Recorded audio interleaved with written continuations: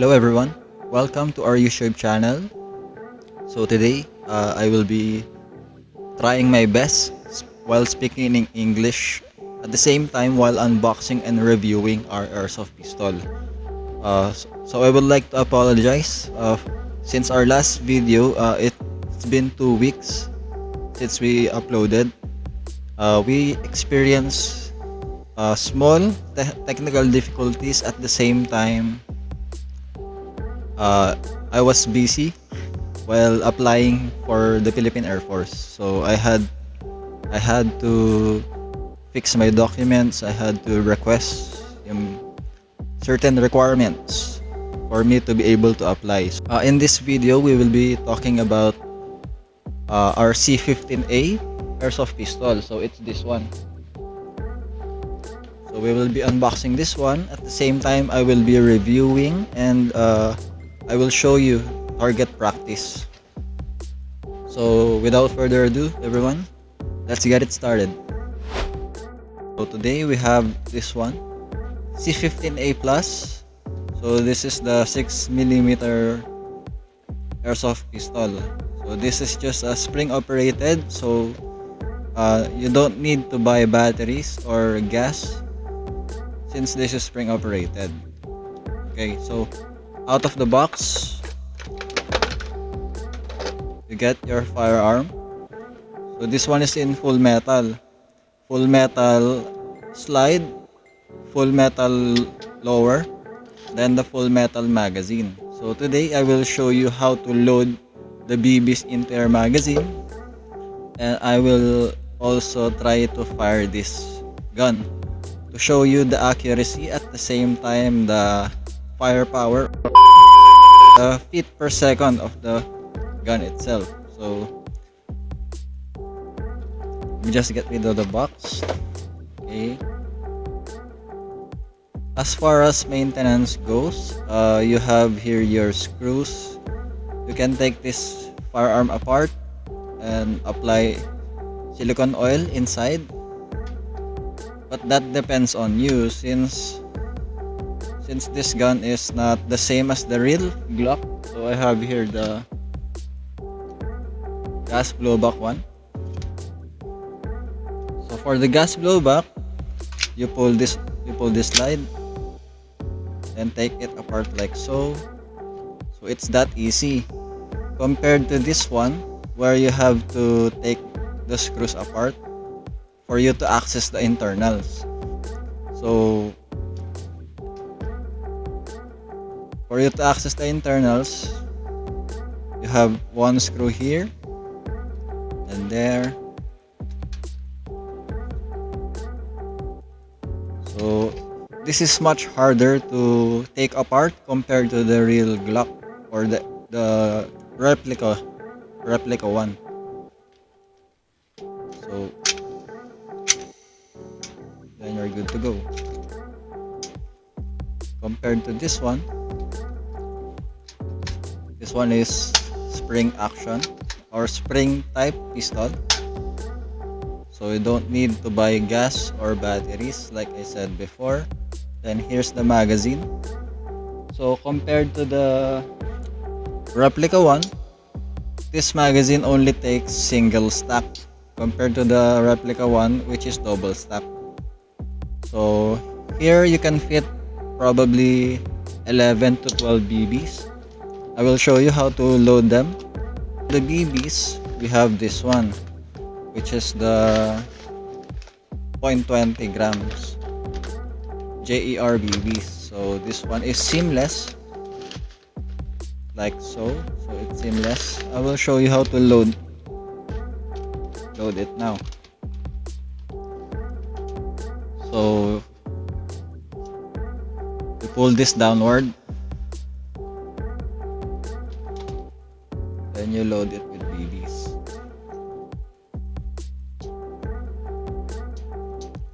Like so.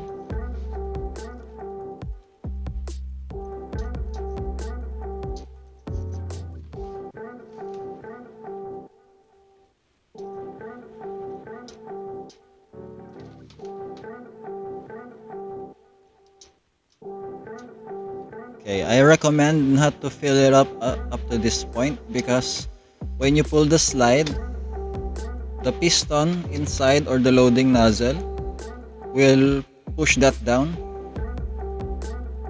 therefore engaging a new BB inside your chamber.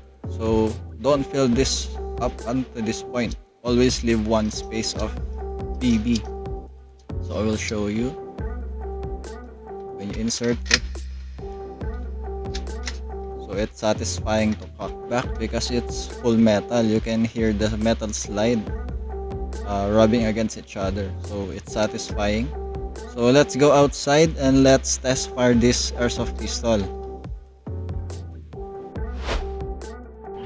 Okay guys, so right now we went outside.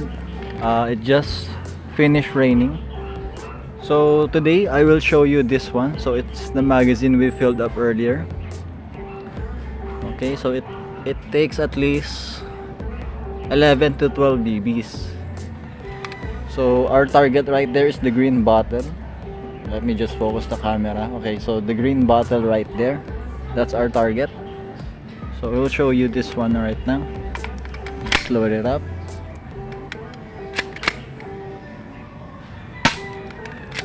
So you can clearly see the BBs flying over there.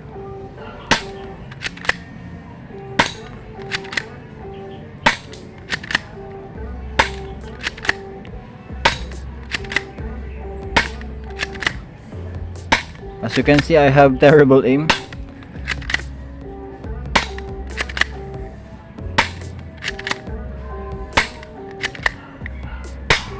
So there, we just finished the first batch. So let's fill this up and then let's try to shoot again. Okay guys, so this is the second batch of BBs loaded in the magazine. So let's try to shoot at it again.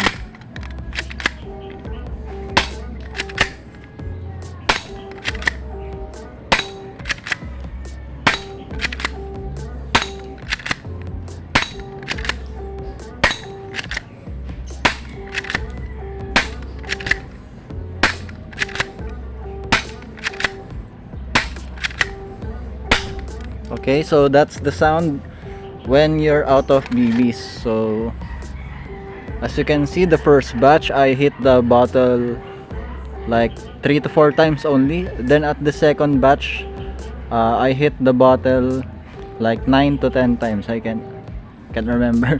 So yeah, so that's the accuracy and the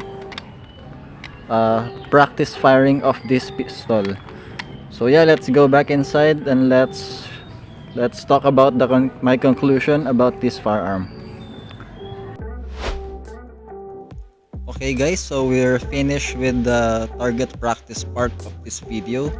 Then today I will talk to you about my conclusions and recommendations with regards to this airsoft pistol. So the pros and cons. The pros are it's much cheaper compared to the gas blowback airsoft pistol.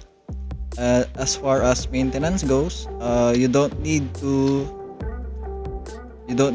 disassemble this that much compared to the gas blowback, where every time you use it afterwards, you have to clean, you have to maintain. So this one, since it's spring operated, it doesn't take that much upgrades. You have the option to attach a flashlight or a laser below this part, since it includes a bottom railing.